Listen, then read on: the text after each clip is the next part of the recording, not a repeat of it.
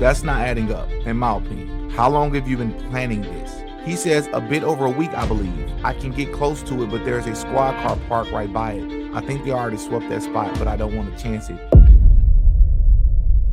Oh yeah, Diddy got a podcast.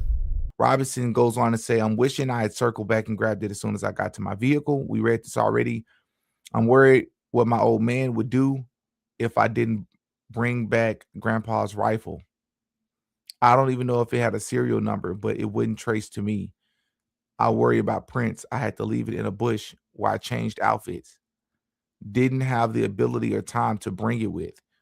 I might have to abandon it and hope they don't find prints. How the F will I explain losing it to my old man? Only thing I left was the rifle wrapped in a towel. See, this is what I'm saying, in a towel. We just saw that the rifle was in a box.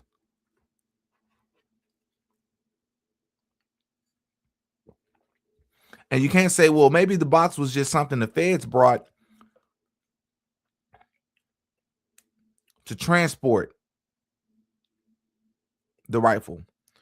Well, even if that was the case, wouldn't you want to take a picture of the rifle as you found it first before touching it? Of course you would. Why would you own the only picture we have available of it is in a box that Tyler has not ever referenced. He said he left it wrapped in a towel. But here's another question. Why would you wrap it in a towel if it's already in a bag? Remember, running off the roof, whoever that person was, they're alleging that it's Tyler. He had a bag with him. Why would you take it out of a bag to wrap it in a towel? And where did you get the towel from? Remember how I was engraving bullets? The effing messages are mostly a big meme. If I see notices bulge UWU on Fox News, I might have a stroke. All right, I'm going to have to leave it. That really effing sucks. See what I'm saying here? Even this question, remember how I was engraving bullets? It's like they're sprinkling little nuggets throughout this supposedly real conversation so that they can help create this narrative in this case against Tyler. Remember how I was engraving bullets? See what I'm saying here? Like, why was it important to even mention that here?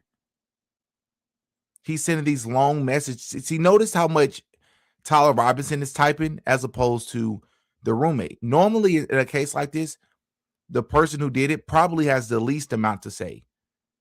And it's normally the person who had no idea this was going to take place who would have a lot more to say. So many questions, so much confusion. But instead, you see Robinson. What am I getting at here? This would only make sense to me if we believe that these are orchestrated text messages, planted text messages. If they are, and because maybe Tyler Robinson did really type this, but if he did not, I'm just wondering if it's just obvious to me that the more he typed, the more that we're seeing from Tyler Robinson was specifically designed so that the feds would have more information to use. Look, he mentioned engraving bullets. We told you there were things engraved on the bullets. This here proves that he did that too.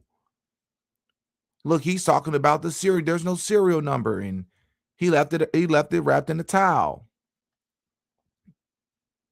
How long have you planned this? He even admitted himself it was a bit over a week. He admitted to doing it. He said yes. He even gave the reason why he did it. And then this is the last part here where it says, with the exception of a photograph of a burnt note, doorbell surveillance from a single property, a DNA report regarding items found in Robinson's apartment, and a tool marks report, each of the witnesses and exhibits has been known to the defense for at least 6 months. Before the preliminary hearing, prosecutors argue most of the evidence to be presented, at the preliminary hearing, including the DNA report regarding the rifle found at the scene, was provided to the defense in October of 2025. The state does not intend to offer evidence obtained through forensic extractions of electronics seized in this case.